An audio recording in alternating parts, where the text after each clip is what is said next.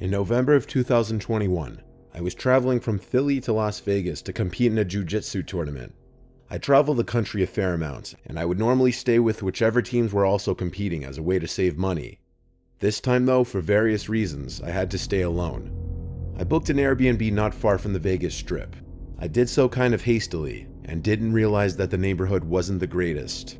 I thought of canceling and booking something else, but went against my instincts and rationalized that it was close to everything I needed, and I wouldn't be spending much time there anyway.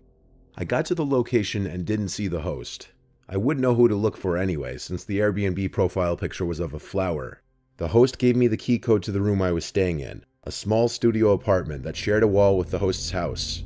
There was only one door in and out of the studio. The first red flag was that the key code for the lock on the door was 1234567. I thought that was weird, but the password for the Wi-Fi was password, so I figured that the host was just an older person who wasn't tech savvy, and the reviews for the room were pretty good. Around 9:30 p.m. is when things got creepy. I was close to falling asleep when I heard a tapping on the window in front of my bed where I was laying down.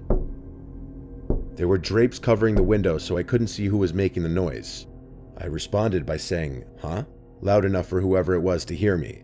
A minute or two went by in silence before I heard the tapping on the window once again. I said hello pretty loud and it went away. I was pretty on edge at this point and immediately wrote a message to the host asking if it was them tapping on the window. About an hour went by before they finally responded saying, "I was going to bring you some water, but it seems like you were asleep, so I left." I was still very much on edge and I knew I wasn't going to be able to sleep. I contemplated going for a walk to the store or taking a shower just to clear my mind, but something told me to just sit tight and wait to see what happens. About 45 minutes went by. It's about midnight at this point, and I heard some noise outside. I then heard the distinct sound of someone trying the key code on my door. The attempt failed, but I could hear them trying again. This time I heard the sound of the lock disengaging. The door was unlocked. I threw the blankets off of me and ran to the door as it was opening up towards me and slammed it shut in this person's face. I was yelling, "This is my room, get out of here, leave." They responded in a deep voice from the other side of the door, "Madel said this is my room." Madel was the name of the host. I kept responding with what I said before and called the cops. I spoke loud enough so they knew I was on the phone with the police. Police eventually came and were not surprised at all by the story I told them. They said they would hang around until I called an Uber to leave. The host was very combative and unapologetic. Their alibi for who that person was changed multiple times. When the Uber arrived, I jumped in and felt relieved to be getting out of there. It still creeps me out that I never saw the person who was opening my door. I have a feeling that it was some kind of setup. If the host knew I was flying in from the East Coast, the 9:30 p.m. tapping on the window would have been equivalent to my 12:30 a.m., and the invasion would be about 3 a.m.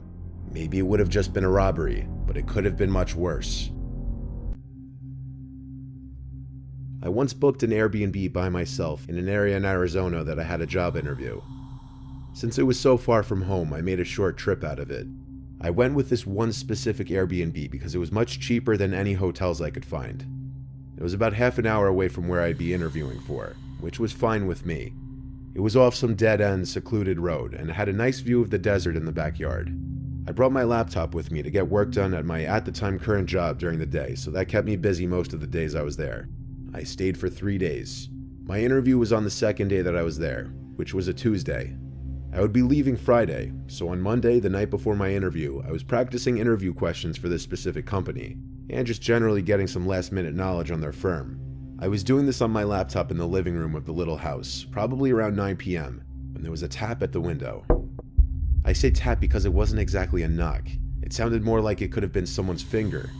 My head of course swung to the left to look at the window in reaction.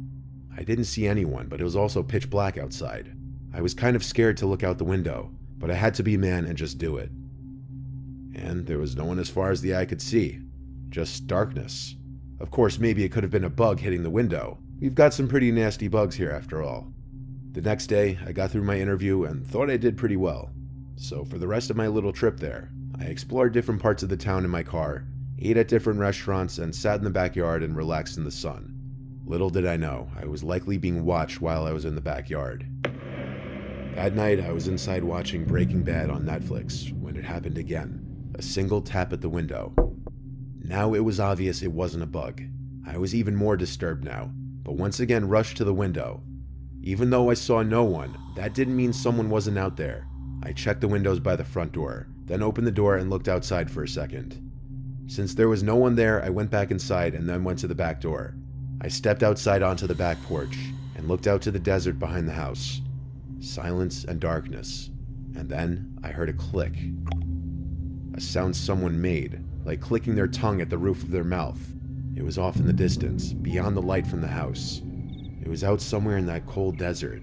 I felt as though someone could be hiding behind any number of those bushes, watching me and toying with me.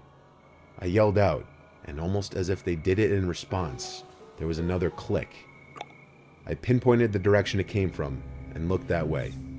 I could see someone now, standing not too far away, dressed in dark clothes, blending into the darkness of the desert. I started walking a little closer, then stopped, realizing I didn't want to get any closer to that person. I called out, "You're on private property. I'm going to call the cops if you don't leave." And I saw the person eerily quickly walk away. I theorized it was the Airbnb owner, but obviously that was a stretch and I didn't really know what to actually think. The night following, I was in my bed on my laptop watching Breaking Bad again before going to bed. I think I watched 2 episodes, so I was doing this for about an hour and a half. I didn't hear any noises in the house, though I was definitely giving thought to that encounter from earlier while watching the show. When I finally turned off the light in the room and tried to fall asleep, within 10 seconds, there was a click sound again, muffled from the inside of the closet. I looked at the closet door, which was open just a crack. Then, a pretty natural response, I sprang off the bed, still in my PJs, and ran to the car. I sat in the driveway with the car running, and I called 911. I stared at the house as I spoke to the dispatcher, waiting to see if someone would come out, because all of my stuff was still in there.